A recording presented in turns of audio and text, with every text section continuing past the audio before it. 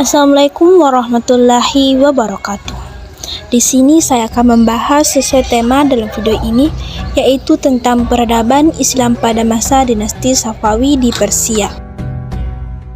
Yang dimana dalam video ini saya akan membahas beberapa tentang dinasti Safawi, yaitu sejarah berdirinya dinasti Safawi, strategi dan kebijakan pemerintahan Daulah Safawi, masa kejayaan dan masa kehancuran Daulah Safawi.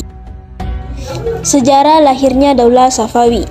Daulah Safawi di Persia baru berdiri pada waktu Daulah Turki Utsmani yang sudah mencapai puncak kejayaannya. Daulah Safawi berkembang dengan sangat cepat. Istilah nama Safawi ini terus dipertahankan dari tarekat Safawiyah sampai menjadi sebuah gerakan politik dan menjadi daulah yang disebut Daulah Safawi. Daulah Safawi sering berselisih dan bersinggungan dengan Daulah Turki Utsmani. Daulah Safawi merupakan peletak dasar berdirinya negara Iran.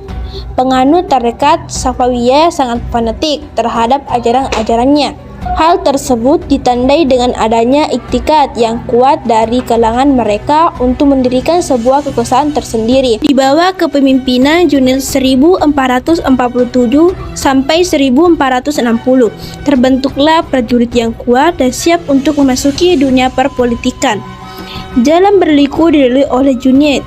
Ia mengalami kekalahan hingga diasingkan. Kepemimpinan Junaid dilanjutkan oleh anaknya yang bernama Haidar. Haidar menikah dengan cucu Usun Hasan.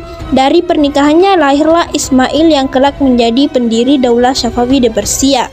Gerakan Haidar yang memimpin militer Safawi menjadikannya sebagai rival politik Aga Konyonlu yang dapat dikalahkan pada tahun 1476 Masehi. Sirkasia dapat dikuasai, tetapi akhirnya pasukan Haidar dapat dikalahkan hingga ia terbunuh. Putra Haidar berniat balas dendam atas kematian ayahnya, namun Ali bersama saudaranya Ibrahim Ismail dan ibunya justru dipenjarakan di Fars pada tahun 1449 sampai 1493 Masehi. Lalu mereka dibebaskan oleh Rustam, putra mahkota Aga Konyonlu, dengan syarat mau membantunya memerangi saudara sepupunya. Setelah dapat dikalahkan, tidak lama kemudian Rustam berkhianat dan menyerang Ali bersaudara hingga Ali terbunuh 1494 Masehi. Periode berikutnya kepemimpinan gerakan Safawi diserahkan pada Ismail yang kala itu masih berusia 7 tahun. Dalam kurang waktu 5 tahun, Ismail beserta pasukannya bermarkas di Gilan untuk menyusun pasukan dan kekuatan pasukan Gizilbas atau Baret Merah. Pada tahun 1507 Masehi, pasukan Gizilbas mengalahkan Aga Konyonlu di Sahrul dekat Nakhchivan. Gizilbas juga melakukan Tabriz. Di kota inilah Ismail memproklamirkan dirinya sebagai khalifah pertama Daulah Safawi. Ismail I memimpin Daulah Safawi kurang lebih 23 tahun, yaitu antara 1501 sampai 1524 Masehi. Pada 10 tahun pertama ia berhasil memperluas wilayah kekuasaannya. Ia membersihkan sisa-sisa kekuatan Karakonyonlu di Hamadan 1503 Masehi. Ambisi politik Ismail mendorongnya untuk terus mengembangkan wilayah kekuasaan ke daerah lainnya seperti Turki Utsmani. Ismail berusaha mengekspansi wilayah Daulah Utsmani pada tahun 1514 Masehi. Tetapi dalam ia mengalami kekalahan. Justru Turki Utsmani yang dipimpin oleh Sultan Salim dapat menduduki Tabriz. Daulah Safawi terselamatkan dengan pulangnya Sultan Utsmani ke Turki karena terjadi konflik dalam negeri antara kalangan militer. Secara terus-menerus antara Daulah Safawi dan Daulah Utsmani selalu terjadi konflik yang berkepanjangan. Hal tersebut menjadikan Daulah Safawi tidak semakin kuat. Strategi dan kebijakan pemerintah Daulah Safawi. Pada masa kepemimpinan Abbas, Daulah Safawi perlahan-lahan mengalami kemajuan. Langkah-langkah yang ditempuh Abbas dalam memajukan Daulah Safawi diantaranya adalah 1. Berusaha menghilangkan dominasi Gizilbas atau Daulah Safawi dengan cara membentuk pasukan-pasukan baru yang anggotanya terdiri dari budak-budak yang berasal dari tawanan-tawanan bangsa Georgia, Armenia, dan Sirkasia yang ada sejak pemerintahan Tahmasp dinamakan pasukan Gulam. Yang kedua, mengadakan perjanjian damai dengan Daulah Utsmani. Di samping itu, Abbas berjanji untuk tidak akan menghina 3 khalifah pertama dalam Islam, yaitu Abu Bakar, Umar bin Khattab, dan Utsman bin Affan dalam khutbah-khutbah Jumat. Sebagai jaminan atas syarat-syarat tersebut, Abbas menyerahkan saudara sepupunya yaitu Haidar Mirza sebagai sandera di Istanbul. Masa kekuasaan Abbas merupakan puncak kejayaan Daulah Safawi. Ia berhasil mengatasi gejolak politik dalam negeri yang mengganggu stabilitas negara dan sekaligus berhasil merebut kembali beberapa wilayah kekuasaan yang pernah direbut oleh daulah lain seperti Tabriz, Sirwan, dan sebagainya yang sebelumnya lepas dari direbut oleh Daulah Utsmani. Kemajuan peradaban Islam masa Daulah Safawi. 1. Bidang ekonomi. Menguasai jalur perdagangan antara barat dan timur. Kemajuan ekonomi pada masa itu bermula dengan penguasaan atas Kepulauan Hormuz dan Pelabuhan Gumrung yang diubah menjadi Bandar Abbas. Dengan demikian, Safawiyah menguasai jalur perdagangan antara barat dan timur, jalur yang pada mulanya diperebutkan oleh Belanda, Inggris, dan Prancis. Di samping sektor perdagangan, Safawi juga mengalami kemajuan dalam bidang pertanian, terutama hasil pertanian dari daerah bulan sawit yang sangat subur, Fertile Crescent. 2. Bidang ilmu pengetahuan. Sepanjang sejarah Islam, Persia dikenal sebagai bangsa yang telah berperadaban tinggi dan berjasa mengembangkan ilmu pengetahuan. Oleh karenanya, tidaklah mengherankan apabila pada masa Daulah Safawi, tradisi keilmuan terus berkembang dengan baik. Pada Daulah Safawiyah muncul ilmuwan-ilmuwan terkenal diantaranya Baha al-Din Asy-Syairasi, generasi ilmu pengetahuan, Sa'd al-Din Asy-Syirash, filsuf, dan Muhammad Bakir Ibnu Muhammad Damas, filsuf, ahli sejarah, teolog yang pernah mengadakan observasi atas kehidupan lebah. Ilmu fikih juga berkembang baik pada saat itu. Di antara tokohnya adalah Baharuddin al-Amili. Selain sebagai pakar agama, ia juga sebagai ahli kebudayaan yang mengetahui persoalan-persoalan dari berbagai segi. 3. Bidang pembangunan fisik dan seni. Para pemimpin Daulah Safawi telah mengubah wajah Isfahan yang merupakan pusat pemerintah menjadi kota yang sangat indah. Isfahan merupakan kota yang sangat penting bagi tujuan politik, ekonomi, dan ilmu pengetahuan. Di kota tersebut berdiri bangunan-bangunan megah seperti masjid, rumah sakit, sekolah, jembatan raksasa di atas Senderut, dan istana Sil Satun. Kota Isfahan menjadi semakin indah dengan dibuatnya taman-taman wisata terbuka.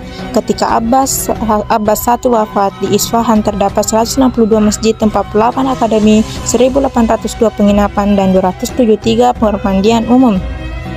Dalam bidang seni, arsitektur bangunan-bangunannya yaitu seperti yang terlihat pada Masjid Shah 1611 Masehi dan Masjid Sheikh Lutfullah 1603 Masehi.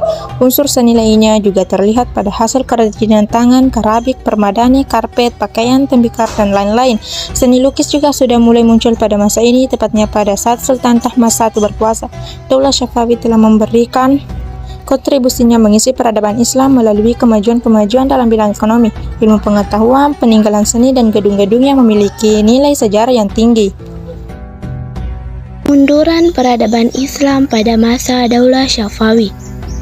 Setelah mangkatnya Khalifah Abbas I, Daulah Safawi berturut-turut diperintah oleh 6 khalifah, yaitu Safi Mirza, Abbas II, Sulaiman, Husain, Tahmasp II, dan Abbas III.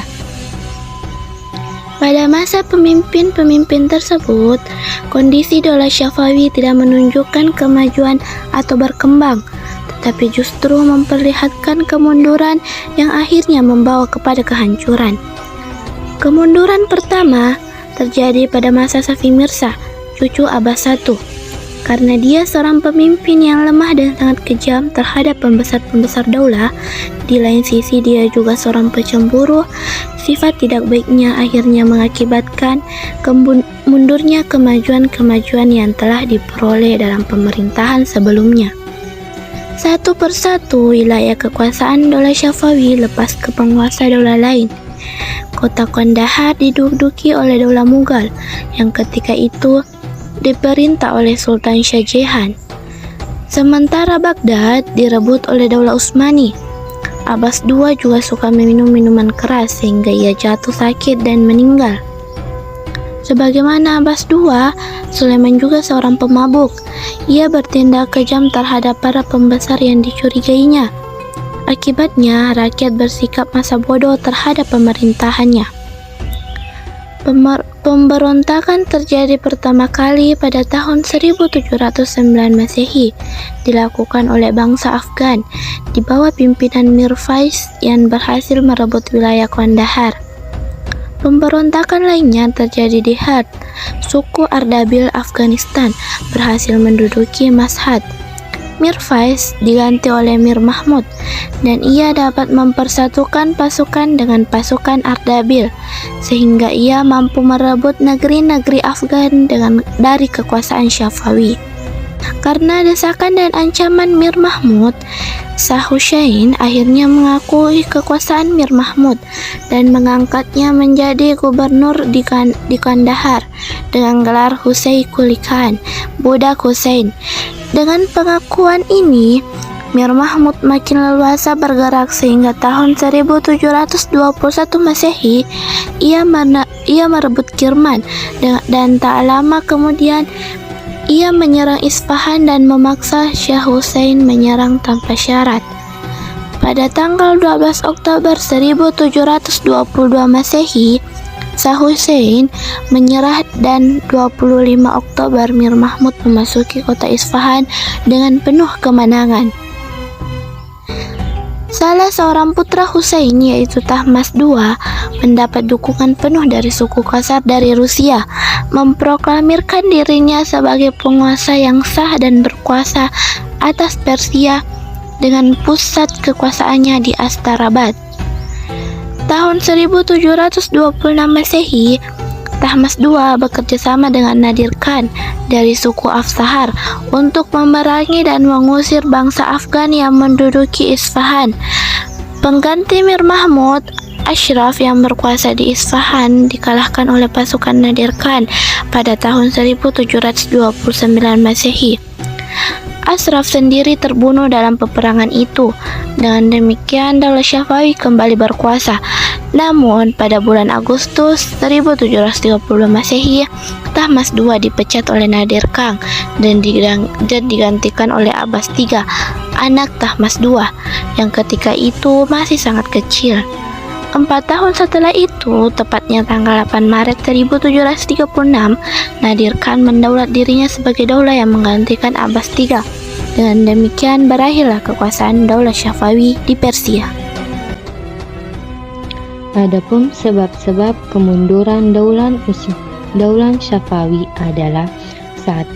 Adanya konflik yang berkepanjangan dengan Daulah Utsmani.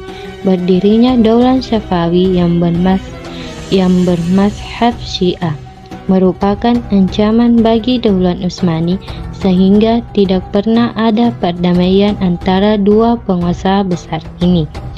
2. Terjadinya dekadensi moral yang melanda sebagai pemimpin Daulah Syafawi, yang juga ikut mempercepat proses kehancuran daulat ini.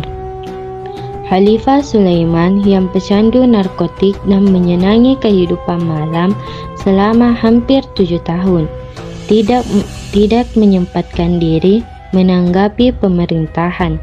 3. Pasukan Hulam atau budak-budak yang dibentuk Abbas ternyata tidak memiliki semangat juang yang tinggi seperti semangat Hizil Bas.